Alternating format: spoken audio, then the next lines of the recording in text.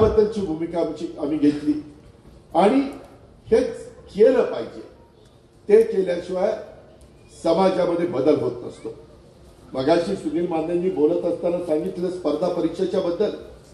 तुम्ही ते केलं म्हणून आज तुमच्यातली मुलं मुली पुढे जात आहेत. शेवटी नुसती भाषणं देऊन त्यांना मदत झाली नसती. ते उभं केलं म्हणून त्यांना मदत झाली. आपल्याला बाबांनो उद्याच्या काळामध्ये या 21च्या 21 उमेदवारांना त्याच्यामध्ये काही ठिकाणी घड्याळ खूण असेल, काही ठिकाणी धनुष्यबाण खूण असेल, तिथं आपण बटन दाबावं. आता कोणतरी म्हणाल कोण लोकप्रतिनिधी पहिल्यांदाच झाले आणि ते म्हणतात ना हळकून अर्ध हळकून तशा पद्धतीचं झालं. अरे तू तर आत्ता झाला बाबा आणि आताच वेळेला लाखाच्या मताने निवडून येणारी माणसं आहोत आणि तुम्ही आमच्यावर प्रेम करणाऱ्या जनतेच्या बद्दल याबद्दलची भावना व्यक्त करता. आम्हाला काय आरेला कार्य करता येत नाही, पण आम्ही चव्हाण साहेबांच्या विचारांनी चाललो. आम्ही शिवशाहू फुले आंबेडकरांच्या विचारधारेने पुढे चाललेलो. काहीतरी त्यांचे संस्कार आमच्यावर झालेले, काहीतरी त्यांनी आम्हाला घडवलेलं आहे, आम्हाला शिकवलेलं आहे.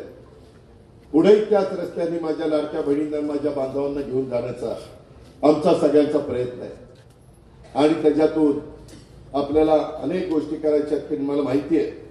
मी आत्ताच सुनीलला विचारत होतो की बाबा माझ्या रहिमतपूरचं बजेट किती आहे. बजेट सगळे काही पैसे मिळतात ते धरून 40-50 कोटी रुपयाचं काहीतरी बजेट आहे. मित्रांनो अलीकडच्या काळामध्ये 40-50 कोटीमध्ये काहीच होऊ शकत नाही. तुम्हाला जर खऱ्या अर्थाने जे तुमच्या मनातली उद्याची 5 वर्षाची कामं आहेत किंवा आमच्या सुनीलच्या मनातली आहे किंवा आमच्या नंदनाताईंच्या मनातली आहे ती कामं पूर्णत्वाला न्यायची म्हटलं तर अधिकचा विकासाला मदत लागणार. तुम्ही विचार करा की ही मदत कोण त्या ठिकाणी करू शकतं. कुणाच्या मध्ये ती धमक आणि ताकद आहे. कुणी करून दाखवलं. आता ही लोक येतात ना भाषण करायला. मी मध्ये जरा बोललो तर भिकार शब्द वापरला तर सगळ्यांना इतका राग आला ती भिकार मी मागे घेतला. बकाल तुमची शहरं तुम्ही बकाल करू नका असं मी म्हणतो. माझं त्यांना म्हणणं आहे मी ज्यावेळेस महाराष्ट्रातल्या चांद्यापासून बांद्यापर्यंत कुठल्याही शहरामध्ये जातो त्यावेळेस मी अधिकारवाणीनं बोलतो कारण मी करून दाखवलेलं आहे. बारामतीत बदलून दाखवली, ती हिरवीगार करून दाखवली. तिथं 12 महिने 24 तास पाणी असतं. तिथं रस्ते चांगले केलेले, तिथं सुविधा चांगल्या दिलेल्या आहेत. तिथं उद्यान असतील, क्रीडांगण असतील, स्ट्रीट लाईट असेल, ओपन जिम असेल, ज्या काही तुमच्या मूलभूत गरजा आहेत त्या अपेक्षेपेक्षा जास्त देण्याचा प्रयत्न मी केलेला आहे. परंतु तसाच प्रयत्न माझा इतरही भागामध्ये झाला पाहिजे ही माझ्यासारख्या कार्यकर्त्याची धारणा आहे. म्हणून मध्ये सुनीलच्या पक्षप्रवेशाच्या, शहाजीच्या पक्षप्रवेशाच्या, संभाजीच्या पक्षप्रवेशाच्या, अनेक माझ्या सहकारी मित्रांच्या पक्षप्रवेशाच्या निमित्तानं मी इथं आलेलो होतो. त्याही वेळेस मी तुमच्याशी काही बोलून गेलो. आता मी उद्याच्या 2 तारखेच्या मतदानाच्या करता तुम्हाला विनंती करण्याच्या करता आलो. उद्या शुक्रवार सुप्रीम कोर्टामध्ये मॅटर साधारण असं ऐकायला मिळतं. तो सुप्रीम कोर्टाचा अधिकार आहे. तो मी त्याच्याबद्दल त्यांनी दिलेला निर्णय हा शिरसावंदच आपल्याला मानायचा असतो. पण महाराष्ट्रात ज्या निवडणुकीमध्ये 50% पुढे आरक्षण गेलंय तिथं काहीतरी वेगळा निर्णय येण्याची शक्यता नाकारता येत नाही असा माझा अंदाज आहे. नाहीतर पुन्हा media breaking news Ajit Pawar असा तो माझा अंदाज आहे. तो अधिकार सुप्रीम कोर्टाचा आहे. मला असं वाटतं कारण परवा पण मंगळवारी मला वाटतं तारीख होती ती आता शुक्रवारी गेलेली आहे आणि त्याच्यातून मंगळवारच्या निकालामध्ये त्यांनी एक सांगितलं की आम्ही सांगेपर्यंत पुढच्या कुठल्याही निवडणुका जाहीर करायच्या नाही.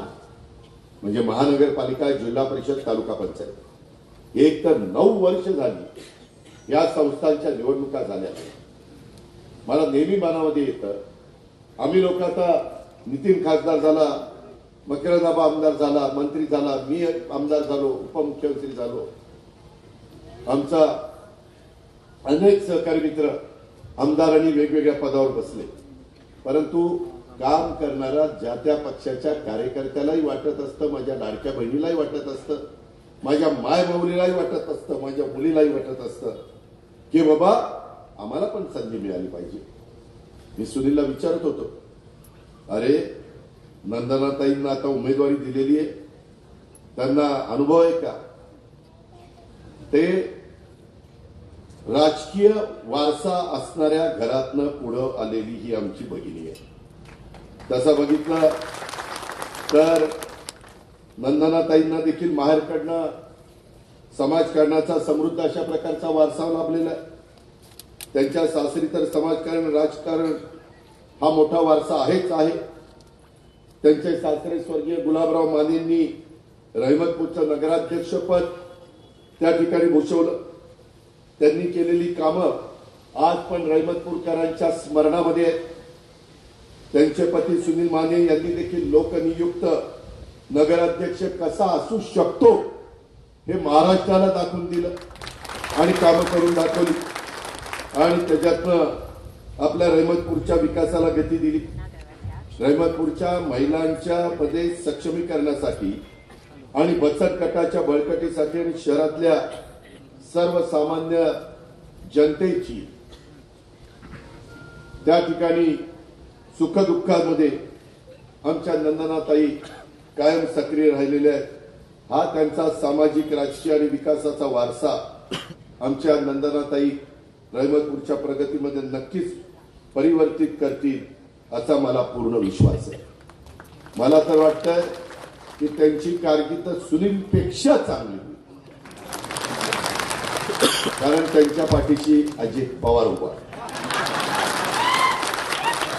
मी माझी खुशालकी सांगत नाही, माझ्याकडे तो अधिकार आहे. मला तशा पद्धतीनं निर्णय घेण्याची क्षमता मला संविधानाने दिलेली आहे.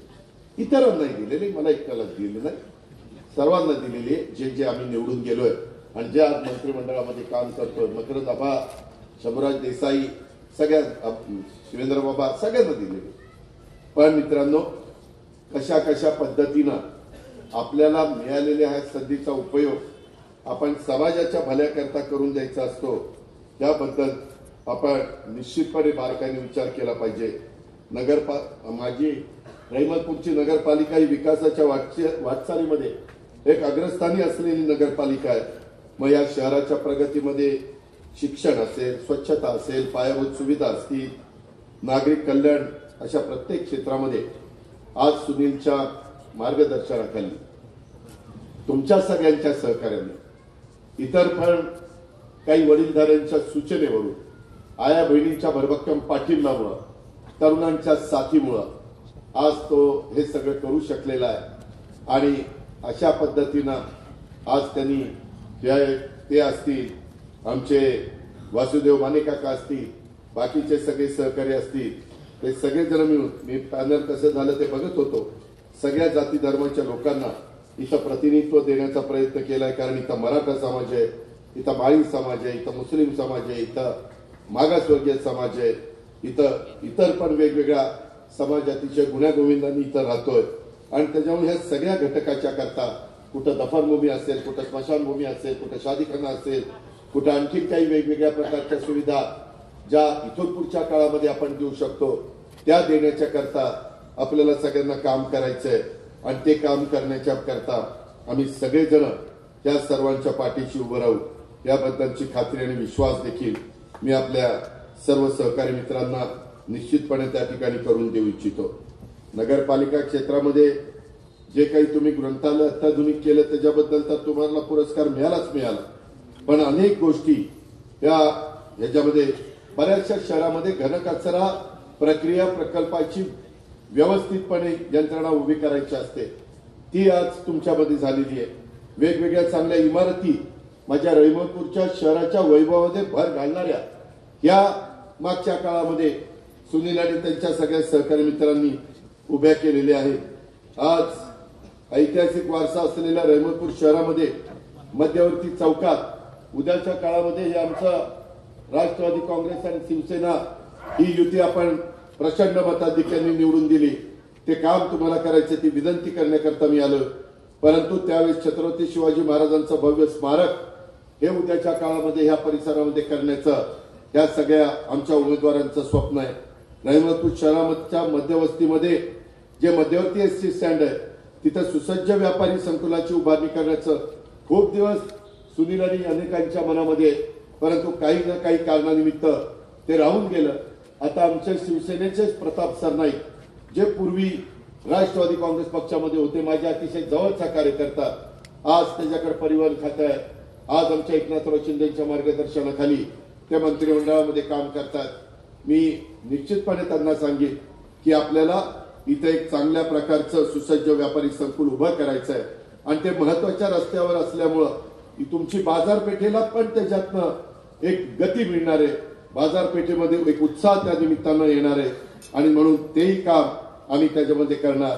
भुयारी गटार योजना असेल, भुयारी विद्युतीकरण योजना असेल, याही आपल्याला टप्प्याटप्प्याने करायच्या आहेत. रहिमतपूरमधील नागरिकांच्या सर्व सोयी सुविधा युक्त अशा प्रकारचं गार्डन ज्यावेळेस संध्याकाळची वेळ असते त्यावेळेस तरुण मुलांना मुलींना किंवा आमच्या लहान मुला मुलींना किंवा नाना नानी वडीलधाऱ्यांना कुठेतरी दोन घटका एक चांगल्या पद्धतीनं त्यांना बसता आलं पाहिजे, स्वच्छ हवा त्यांना घेता आली पाहिजे. अशा पद्धतीनं उद्यान आपल्याला करायचे. मी तुम्हाला सांगतो की आमचं हे पॅनल आपण सगळ्यांनी आपलं पवित्र बहुमोल मत हे आमच्या करता दिलं तर निश्चितपणे आमच्या नंदनाताई आणि त्यांची सगळी टीम निवडून येईलच. परंतु त्याकरता केंद्राचा, राज्याचा, आज आमचे पालकमंत्री हे शंभूराज देसाई, तेही शिवसेनेचेच आहे. त्यांना आपल्याला उद्या सांगता येईल शंभूराजजी इथं आपल्याला मदत करायची, त्या पद्धतीनं ते आपल्याला मदत करतील. सीएसआर मधली अधिक अलीकडच्या काळात मदत होते. जे मोठे मोठे उद्योगपती असतात, जे जे उद्योजक असतात, त्यांचा जो नफा असतो त्या नफ्यातले 2% रक्कम हा सीएसआर करता तुम्हाला खर्च करता येतो. त्याच्यातनं पण आपण निधी आणू शकतो. अनेक ठिकाणी मी महाराष्ट्रामध्ये आणलाय, कारण तुमच्यामुळे माझ्यासारख्या कार्यकर्त्याच्या ओळखी खूप वाढलेल्या आहेत. मी एनडीए मधला एक घटक आहे. देश पातळीवर ज्यावेळेस महत्वाची राज्य एनडीएची कडे सत्ता येते किंवा त्यांचं बहुमत होतं त्यावेळेस आम्हाला तिकडे बोलवलं जातं. त्या राजधानीमध्ये जसं बिहारला आता पाटणाला बोलवलेलं होतं, तिथं सगळे मुख्यमंत्री उपमुख्यमंत्री आम्ही एकमेकाला भेटतो. अनेक मोठे मोठे लोक भेटतात आणि त्याच्यातनं ओळखी वाढतात आणि तिथं पण आपल्याला कधी शब्द टाकता येतो की बाबा इथं अशा पद्धतीनं आम्हाला सीएसआरचा फंड द्या. सीएसआरचा फंड तर त्यांना कुणाला द्यायचा असतो. त्या पद्धतीनं पण काही कामं आपल्याला रहिमतपूरच्या परिसरातली या सीएसआर फंडातनं ही करून देता येतील. ते काम आम्ही लोक तुम्हाला करून देऊ शकतो. रहिमतपूरला सांस्कृतिक अशा प्रकारचा वारसा लाभलेला आहे. त्याच्यामुळं कवी गिरीजी असतील, वसंत कानेटकरजी असतील, गोपू देशपांडेजी असतील, ज्योती सुभाषजी असतील, अमृता सुभाषजी असतील, बेला शेंडेजी असतील, कितीतरी कलाकार हे माझ्या रहिमतपूरनी हे सुपुत्र किंवा ह्या मुली या आपल्याला त्या ठिकाणी दिलेला आहे आणि त्यांचा हा वारसा जपण्यासाठी एक चांगल्या प्रकारे नाट्यगृह देखील असलं पाहिजे अशा प्रकारची धारणा ही आमच्या सगळ्या सहकाऱ्यांची आहे. बारामतीमध्ये जसं कृषी विज्ञान केंद्र आणि जनरेश्वर सहकार कारखान्याच्या माध्यमातून ऊस उत्पादन वाढीच्या करता एआय सेंटरची आम्ही उभारणी केली. मित्रांनो, एआय म्हणजे कृत्रिम बुद्धिमत्ता, आर्टिफिशियल इंटेलिजन्स, आणि ते आता केलं पाहिजे. आज आम्ही वेगवेगळ्या भागामध्ये करतोय, आज आम्ही काही संस्थांमध्ये देखील करतोय. त्याच्यातनं निश्चितपणे बदल होतोय, त्याच्यातनं फायदा होतोय, त्याच्यातून लोकांना मदत होतीये आणि म्हणून तेही रस्ता जसं पूर्वीच्या काळामध्ये वेगळ्या पद्धतीनं नगरपालिका चालायची, नंतर स्वर्गीय राजीव गांधींनी संगणक काढला, त्यावेळेस कॉम्प्युटर आल्यानंतर बेकारी वाढेल असं सगळे म्हणले, काहींनी टीका केली. परंतु राजीव गांधी सांगत होते हे आणल्यानंतर सगळं चित्र बदलून जाईल आणि संगणकाने क्रांती केली. आता त्याच्या पुढची क्रांती इन्फॉर्मेशन टेक्नॉलॉजी, बायोटेक्नॉलॉजी केली. आता त्याच्या पुढची क्रांती ही जगामध्ये एआयनी केलेली, कृत्रिम बुद्धिमत्तेने केलेली. आपल्याला जशी जशी नवी आव्हानं डोळ्यासमोर येतील त्या आव्हानांचा सामना करत करत तुम्हाला मला आपल्या व जबाबदारी असणाऱ्या संस्था त्या पद्धतीनं चालवाव्या लागतील. आणि त्याच्यामुळं हे प्रश्न आपल्याला मार्गी लावायचे. रविवार शहरातील मोहल्ला येथील वक्फ बोर्डाच्या जमिनीवर घरांचा प्रश्न मार्गी लावायचा आहे. अवकाश अल्पसंख्याक विभाग हा आमच्याच राष्ट्रवादी काँग्रेस पक्षाच्या माणिकराव कोकाटे यांच्याकडे. त्यांना मी उद्या सांगितलं, मकरंदाबांनी सांगितलं तर ते करणार ना. मी सांगितलं मी सुनील मानेंना पाठवतो, ते काम मला करून द्या तर ते करणार ना. भारतीच्या माध्यमातून भारतीचं वसतिगृह माझ्या मागासवर्गीय समाजातल्या मुला मुलींना, जसं राजर्षी शाहू महाराजांनी त्या काळामध्ये वसतिगृह काढली आणि म्हणून अनेक दिग्गजांना शिक्षण घेता आलं, त्यांना त्यांची बुद्धिमत्ता वाढवता आली, त्यांना त्यांचं ज्ञान वाढवता आलं आणि आज ते महापुरुष होऊ शकले. त्यांच्या पुढे आज आपण नतमस्तक होऊ शकतो. अशा पद्धतीचा एकंदरीत इतिहास आहे.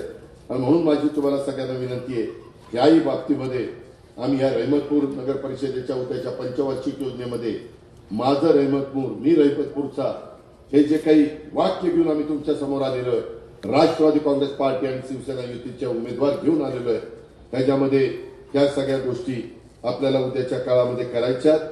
रहमतपूरच्या शहरामध्ये नगर परिषद निवडणुकीमध्ये प्रभाग रचनेमध्ये मनमानी झाली, अशाही प्रकारच्या तक्रारी माझ्याकडे आल्या.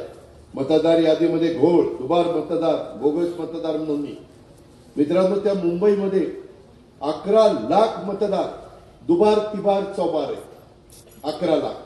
मी मधी निवडणूक आयोगाला विनंती केलेली होती की पहा, व्यवस्थित हे पूर्वीपासून चालत आलेलं आहे, हे आता लक्षात आलं, दुरुस्त करा. वेगवेगळ्या प्रभाग, समजा आता एखादा प्रभाग आहे आणि त्या प्रभागामध्ये काही लोक आपल्याला मतदान करत नाही म्हणून काहींना हाताशी धरून त्यातली 101 लोकच दुसऱ्या प्रभागात दिली टाकून. असले एक धंदे करणारी चित्राबा अलीकडच्या काळात गळ्याच्या कुठं बोलत नाही. या पद्धतीचं अरे बाबांनो, बाबासाहेब आंबेडकरांनी अडाणी, अंबानी, टाटा, बिर्ला सगळ्यांना एकच मताचा अधिकार, आणि तो शेवटचा माझा रहमतपूरचा माणूस, त्यालाही एकच मताचा अधिकार. त्याच्यामध्ये गरीब श्रीमंत हा भेदभाव केला नाही. सगळ्यांना तशा पद्धतीनं लोकशाही जिवंत राहण्याच्या करता तो अधिकार दिलेला आहे. आणि मग त्या अधिकारामध्ये जर कुणी अधिकारी, जर कुणी विकृत माणसं चुका करत असतील, बनवाबनवी करत असतील, तर ते स्वच्छ केलं पाहिजे, दुरुस्त केलं पाहिजे. ज्यावेळेस लक्षात येईल त्यावेळेस केलं पाहिजे. आता लक्षात आणून दिले आणि अनेकांनी, परवा भारतीय जनता पक्षाचे प्रांताध्यक्ष रवींद्र चव्हाण साहेबांनी त्याचा उल्लेख केला, इतरही अनेक राजकीय पक्षांनी केला. हे काही जे आहे लोकशाही मार्गाने होऊ द्या ना. दूध का दूध, पाणी का पाणी. कुणाला लोकांना निवडून द्यायचं, लोक त्यांना देतील ना. परंतु हे अशा पद्धतीनं दुबारन तिबारन चौबार या पद्धतीने नाही चाललं आणि ते महाराष्ट्र खपून पण घेणार नाही. हे माग देशाने, महाराष्ट्राने दाखवून दिलं. जर कोणी आणीबाणी आणण्याचा प्रयत्न केला, नंतर इंदिराजींनी सांगितलं ती माझी चूक होती, आम्हाला काँग्रेसने देखील या कायद्याला पाठिंबा दिला असं सुनील मला सांगत होता, त्याबद्दल त्यांना धन्यवाद. पण मला एक सांगायचं, ती चूक झाल्यानंतर महाराष्ट्रातल्या नाही तर भारतातल्या जम्मू काश्मीर पासून कन्याकुमारी पर्यंत सगळ्या देशातल्या मतदारांनी एक बदल करून दाखवला.